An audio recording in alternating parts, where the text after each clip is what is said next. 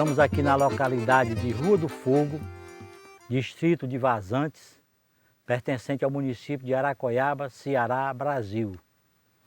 Meu nome é Cosme do Vale Aquino. Eu vou tentar contar aqui um pouco da história de João Eduardo de Aquino e Raimundo Eduardo de Aquino, certo?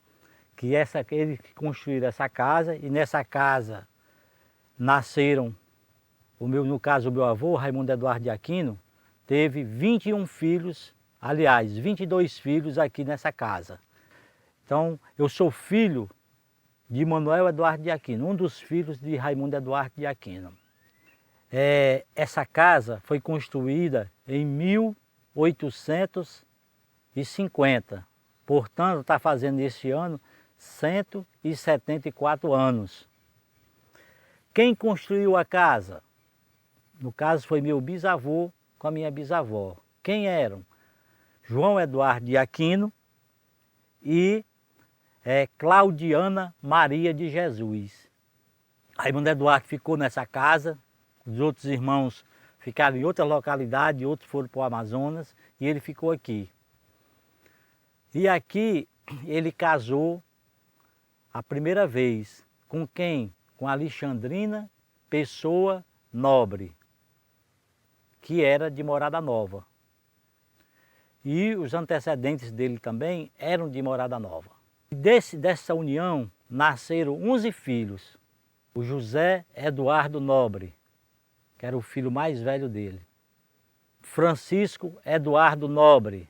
Júlio Eduardo Nobre. O Custódio Eduardo Nobre.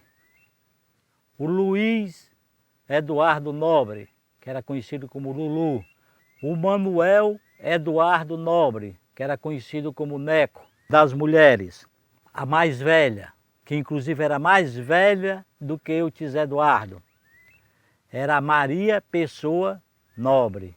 Nazaré Felícia Pessoa Nobre. E a mais nova, Nazaré Pessoa Nobre.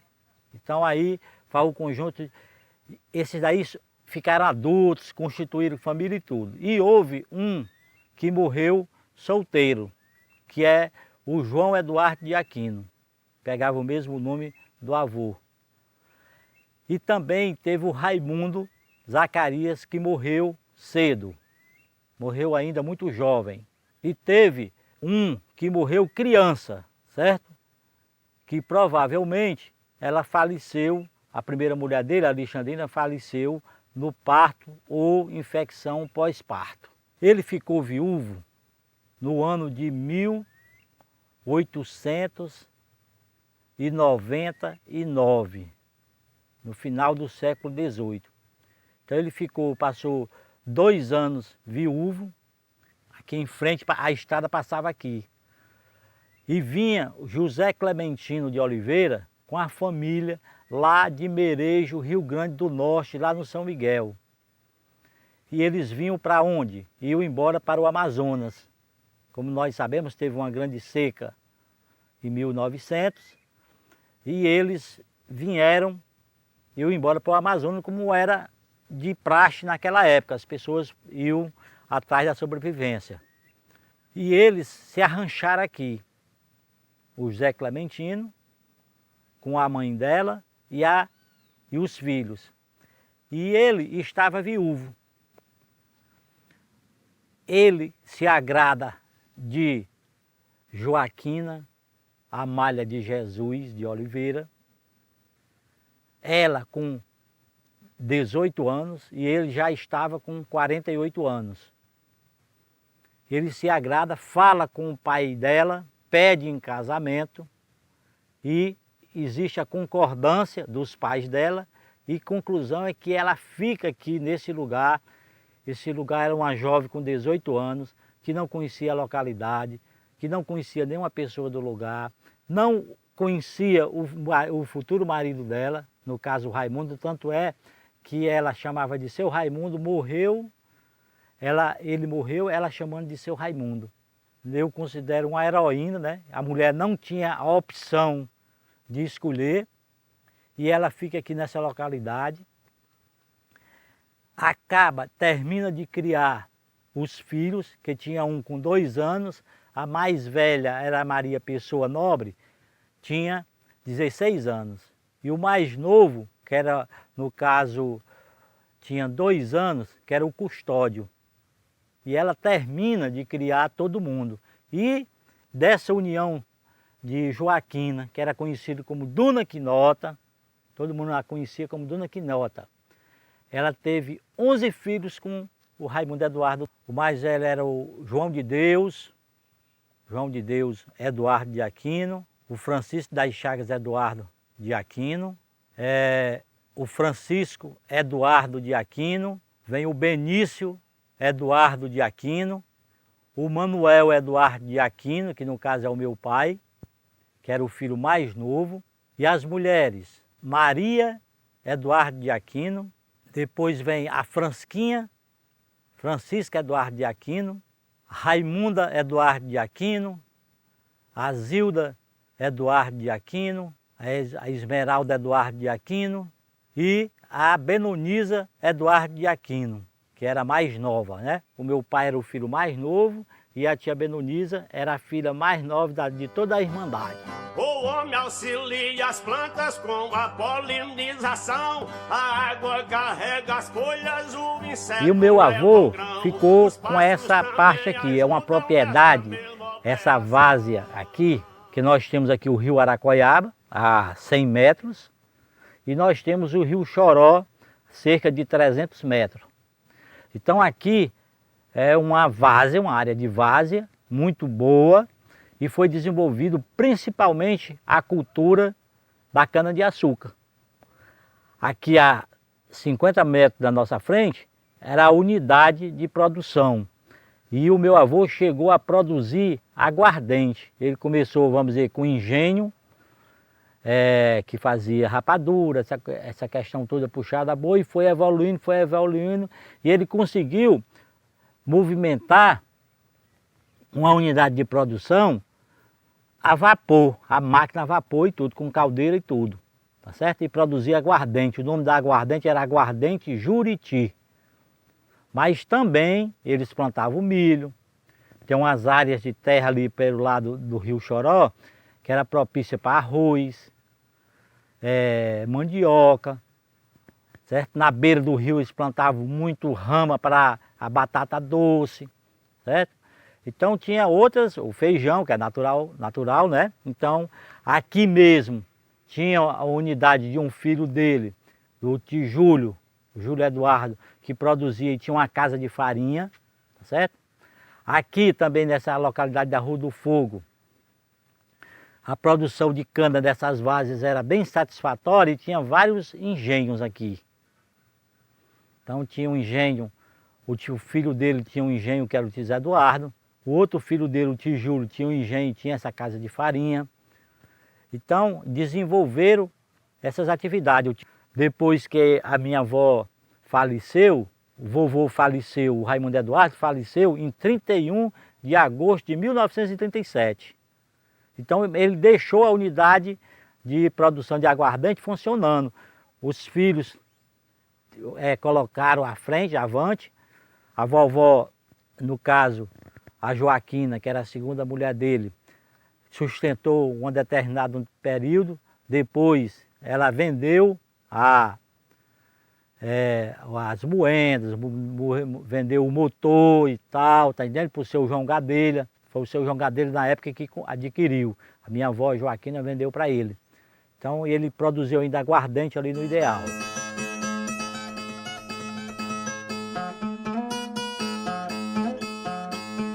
Eu consultando a história, principalmente nos arquivos públicos, o Raimundo Eduardo também, lá na Velha República, né? Na Velha República, ele chegou também a ter mandato de vereador. Ele teve um mandato de vereador. Quem foi que, da família, que ficou com essa representação política? O filho dele mais velho, o José Eduardo Nobre. O tio Zé Eduardo, ele teve 3 mandatos de vereador, foi presidente da Câmara, certo? Ele foi o primeiro primeiro presidente da Câmara de Aracoiaba, da República Velha para cá, foi ele. Ele teve uma influência bem acentuada na política de Aracoiaba.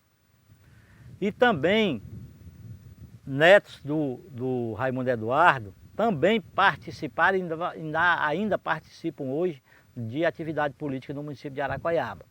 O Jaime teve 2 mandatos de vereador e 2 mandatos como vice-prefeito. A filha dele, que é a Rita Montenegro Nobre, Rita de Cássia Montenegro Nobre, também vereadora de 3 mandatos, presidente da Câmara, tá certo?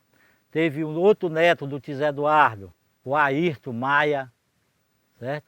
O Ayrton porque ele era Nobre, Eduardo Nobre, mas não pegava o nome porque o pai dele era o seu Mundico Maia, Raimundo Maia, Raimundo Pinto Maia. Então, o que é que aconteceu? O nome dele é só Francisco Ayrton Maia, certo? Mas ele é neto do Tizé Eduardo, bisneto do meu avô, do Raimundo Eduardo de Aquino. Então também teve 2 mandatos de vereador. Nós tivemos também o Vandique Nobre Gadelha, também bisneto do meu avô, teve também 2 mandatos como vereador. Outro político da família é o José da Silva Gadelha, conhecido Zé da Isa. Teve José Nobre Gadelha, filho da tia Nazaré, neto de Raimundo Eduardo de Aquino. Ele teve 3 mandatos como vereador, salvo engano, e 1 como prefeito. Então ele foi prefeito de Aracoiaba, era filho da tia Nazaré com o Luiz Gadelha, certo? E o Luiz era uma pessoa que gostava muito de política, sempre movimentou com política, e o Zé encampou também a luta do pai. Eu também, o Cosme também, tive também mandato de vereador, e ainda mexo, apoio e tal, gosto de política, gosto de participar da atividade da comunidade, do lugar, do estado, do município, certo? Eu nunca fiquei omisso politicamente. Lá no meu sertão, pro caboclo ler, tem que aprender. O normal era ninguém estudar. ABC, A norma, a regra era essa. Só se estudava, só se alfabetizava as pessoas que tinham algum poder não, um poder significativo financeiro, econômico, que contratava um professor, no caso de fora, para vir ensinar na localidade. Então, tem aqui na Rua do Fogo, eu sei da história, inclusive ainda alcancei essa senhora. Então a dona Nini, ela vinha, no caso ela era de Baturité, o vovô contratava, botava ela numa casa e lá ela ensinava os filhos. Então todos os filhos dele e alguns netos da época, todos foram alfabetizados, todos sabem ler, todos sabem escrever e tudo. E ler relativamente bem.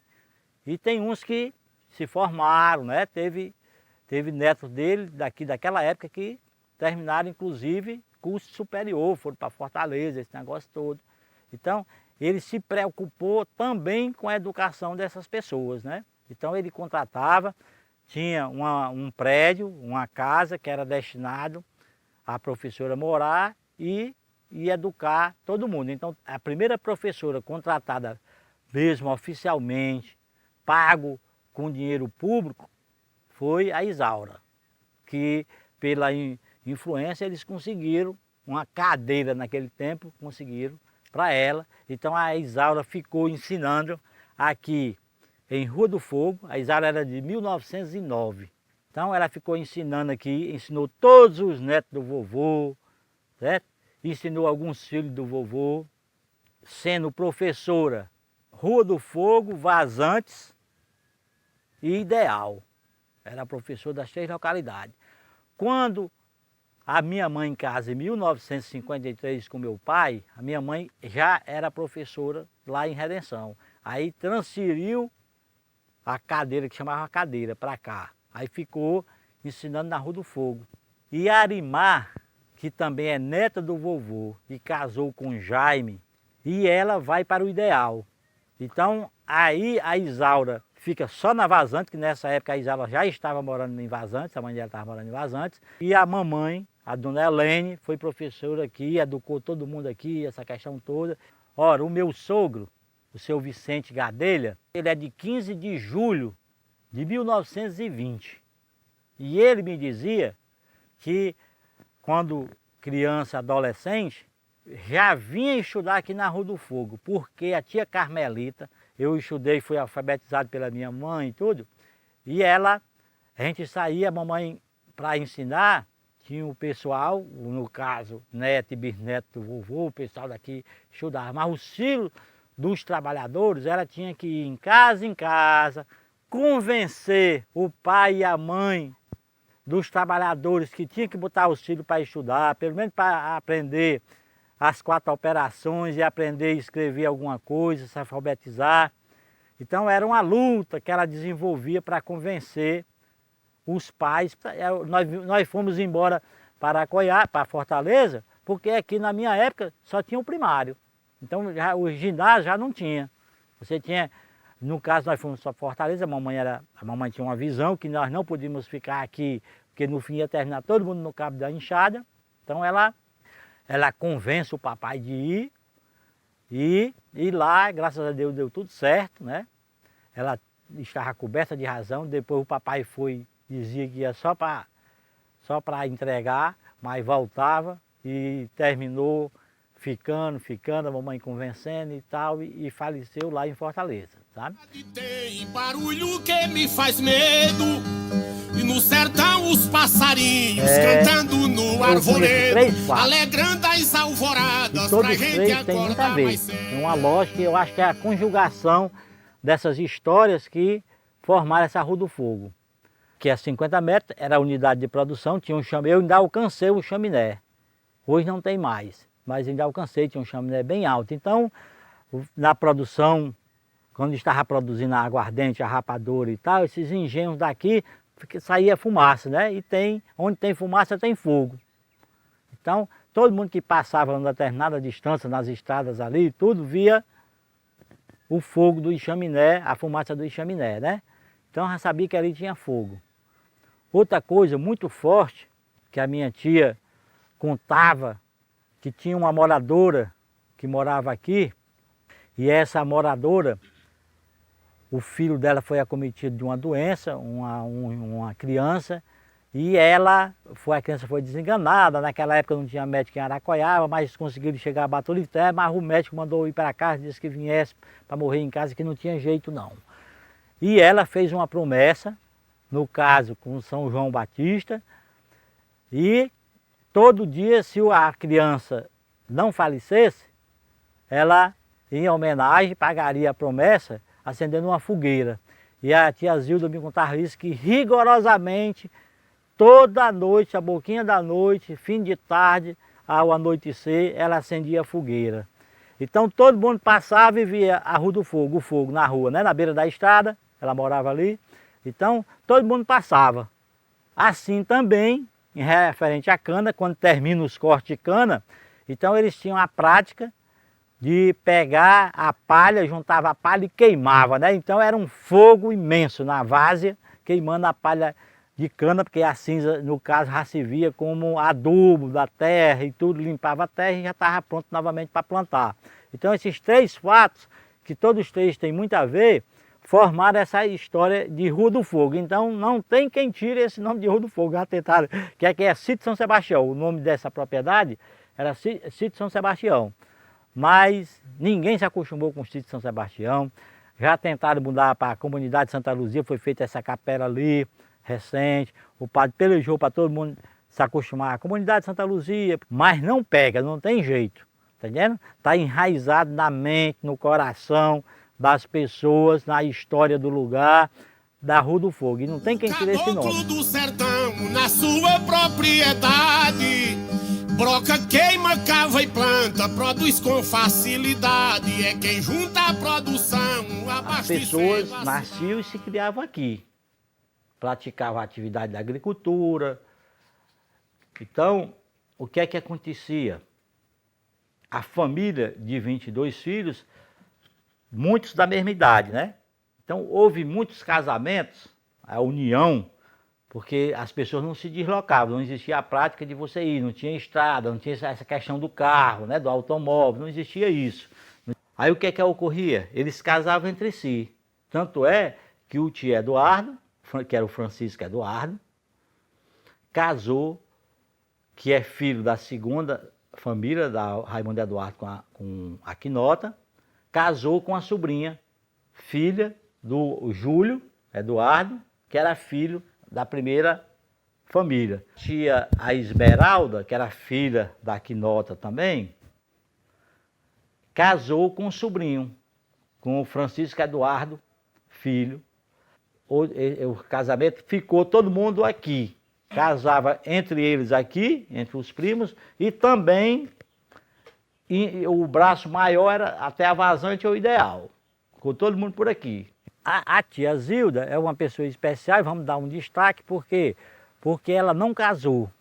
E ela cuidou da vovó, da Joaquina, da Quinota, até o final dos seus dias. Certo? A vovó morreu no poder dela. Então a filha, ela não tinha vocação para casamento, era muito bonita, contava as histórias de alguns namorados, mas ela disse que no máximo 2 meses enjoava, não queria mais nem ver. Quando o namorado chegava para vir visitá-la, ela ficava dentro dos quartos, ó, diga que eu não estou, que eu saí, foi embora e tal. Ela disse que não tinha, então nunca teve vocação para casar. E ela cuidou da vovó, a vovó ficou cega, como era o percurso natural de todo mundo naquela época, né? Que não tinha negócio de operação de cirurgia de catarata, então todo mundo ficava cego. E ela não foi diferente com ela. E ela ficou aqui, a tia Zilda ficou com ela até quando ela morreu, em 66. A vovó morreu e a gente estava aqui também. A gente morava aqui com ela e tudo. Ela morreu no dia 12 de dezembro de 1966. Ela sempre morou com o papai e com a mamãe. O papai era o mais novo e ela também tinha o papai como um filho, né? O papai ficou órfão aos 14 anos, terminou também de criar o papai, né? Então, e o papai casou e nós continuamos juntos e ela sempre, e morreu na nossa companhia, morreu com 90. E muita gente pergunta a idade dessa tamarindeira. E nós temos um indicativo assim preciso. Por quê? Porque a tia Benonisa, que é a filha mais nova do Raimundo Eduardo de Aquino, a tia Benonisa me deu esse depoimento várias vezes, de que tinha sido ela que havia plantado essa tamarindeira. Ela disse que eu perguntando a ela qual era mais ou menos o ano, ela disse, olha Cosme, eu era meninota, eu tinha entre 10 a 12 anos. Se ela tinha 10 anos, se ela era de 23, então foi plantada entre 1933 a 1935. Então essa tamarindeira tem cerca de 90 anos.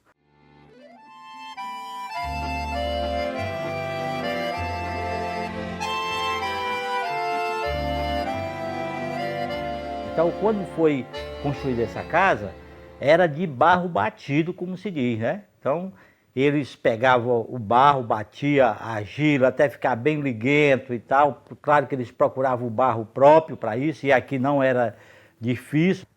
Os tijolos também feitos também aqui na região. Tijolos de 4 quilos eu já tirei, tem alguns aqui, 4 quilos. As telhas também de 4 quilos, aquelas telhas feitas nas coxas, como se diz, né? Que realmente não tinham, o formato era da coxa. A madeira foi tirada toda dessa mata, inclusive tem essa linha aqui principal, são 8,5 metros em tirisco, ou seja, sem nenhuma emenda. Então tudo de aroeira, as portas de pau d'arco, tudo no cedro, né? Então, essas portas ainda são originais. Então, a madeira toda é original. Assim, você vê as paredes externas são todas dobradas, tijolos dobrados. Então, ela mede, se pode testando ali, dá 55 centímetros a largura. A gente tira pelas janelas, né?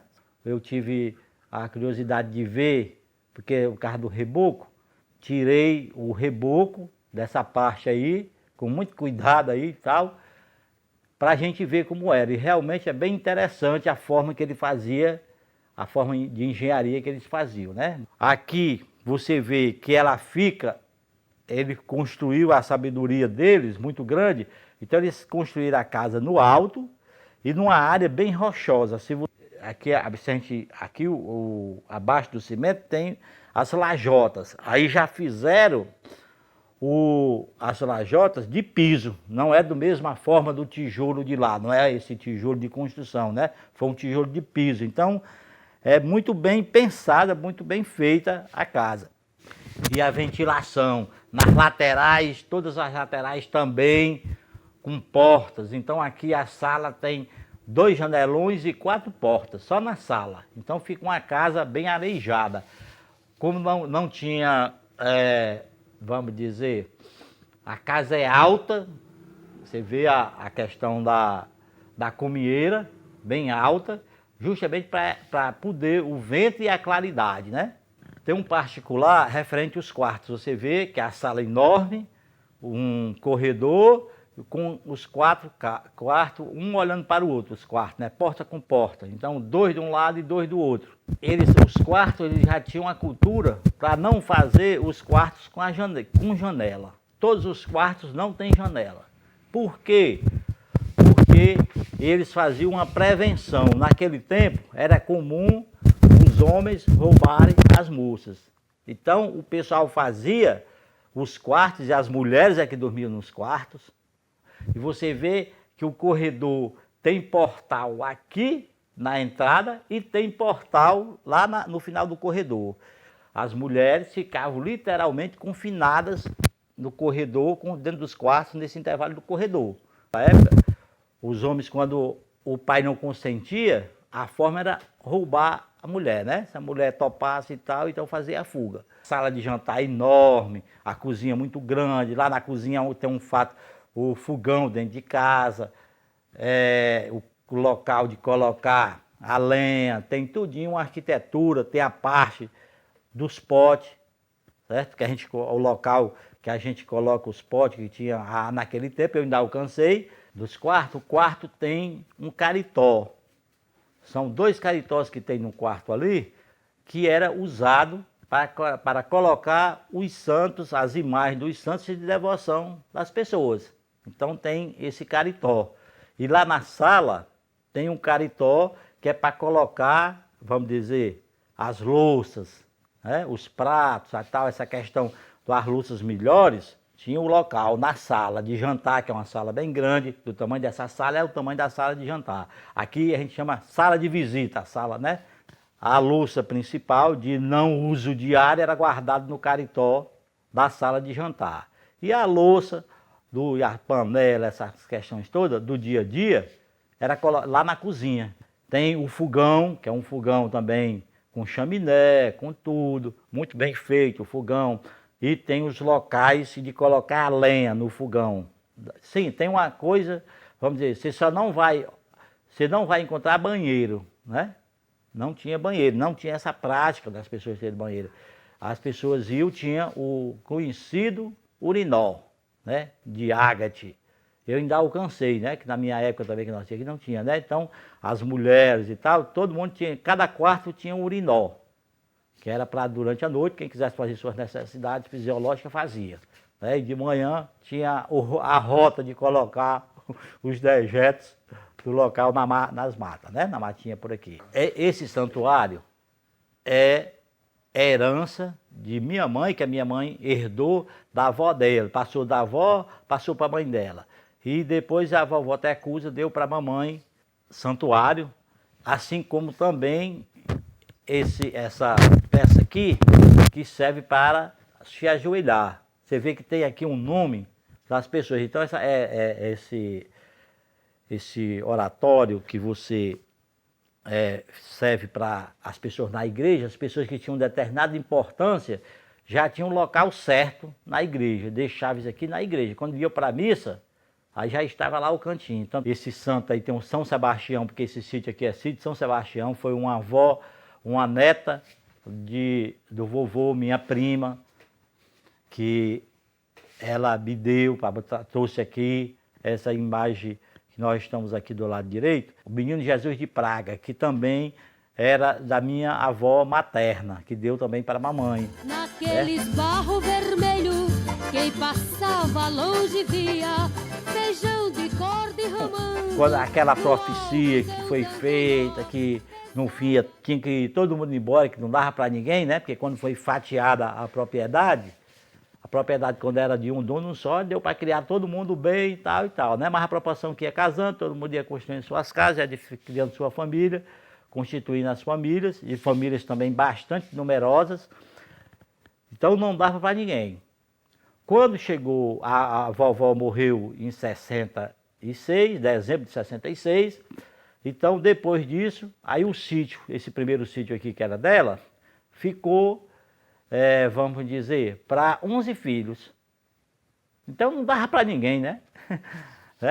Aqui, vamos dizer, essa várzea aqui dessa frente, a gente tinha, vamos dizer, 20 hectares para dividir por 11, não dava nem 2 hectares para cada um. Então, inviabilizava economicamente você ficar aqui, né? Então, grande parte do pessoal da primeira família já tinha ido embora. E da segunda família ainda tinha as pessoas aqui. E nós reunimos, todo mundo reuniu e foi vendido para um neto do vovô, o Jeová Nobre, né? O Jeová era gente muito boa, aí ele tinha o maior carinho, e como ele gostava muito daqui, ele conseguiu reunir todo mundo, e todo mundo foi de acordo de vender para ele. Então ele vendeu, ele começou a cuidar, lá na frente existe o falecimento dele, fica para 2 filhos, o Zé Carlos e o Eduardo, e depois o Zé Eduardo vendeu a parte dele para o irmão, somente o Eduardo, e ficou esse negócio. Eles moravam em Fortaleza, o Eduardo, engenheiro civil, e ficou e gostava muito daqui, fez também atividade política, essa coisa toda, mas ele não cuidava da casa, ele ainda andou desenvolvendo atividade aqui no sítio, né, da cana, andou plantando abacaxi, fez algumas atividades, mas a casa em si, ele não estava nem aí para casa, certo? Então a casa estava bastante deteriorada. O açude se arrepia, o Nordeste se enche de alegria na chegada da chuva no sertão. Aí quando chegou em 2008, eu sempre conversava com ele, se ele fosse se desfazer, ele nos procurasse, dar essa preferência, e ele dizia, não, rapaz, eu vou guardar porque o meu pai gostava muito daí, então vou preservar em memória dele, essa questão toda, mas quando chegou em 2008, eu convenci dele, então pediram para ele vender, e ele nos procurou na época, e nós fizemos negócio. Aí eu restaurei tudinho, tudo do jeito que era, não me mexi em nada, né? Eu tive que substituir algumas coisas, porque tinha caibo e ripa que não estava mais, que era tudo de madeira rústica, né? Madeira rural mesmo nossa aqui. Então tinha muito já caibo estragado, ripa. Aí eu aproveitei e fiz. Deixei da comieira para lá, eu aproveitei da comieira para a cozinha, todas as telhas são as telhas de 4 quilos, as telhas feitas na coxa. E da comieira para o alpendre, todas são telhas colonial. As linhas, as mesmas linhas, né? Porque as linhas são de aroeira, de carnaúbas, então é o mesmo formato da engenharia aí. Mas aí nós conseguimos recomprar em 2008, reinauguramos em 2009, aqui foi uma festa, muita gente veio, consegui trazer pessoas que tinham saído daqui, que já estavam com 70 anos, pessoas que choraram, se emocionaram, essa coisa toda. Rapaz, é o seguinte, aqui nós adquirimos com o propósito, que tem um lado afetivo, né? Um lado afetivo. Nós readquirimos isso aqui.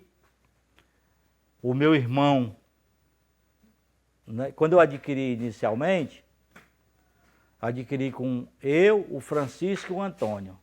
Depois eu negociei, depois o meu irmão hoje, uma casa que nós vamos ver, ele ficou eu negociei com ele, eu fiquei só aqui e ele ficou lá, tá certo?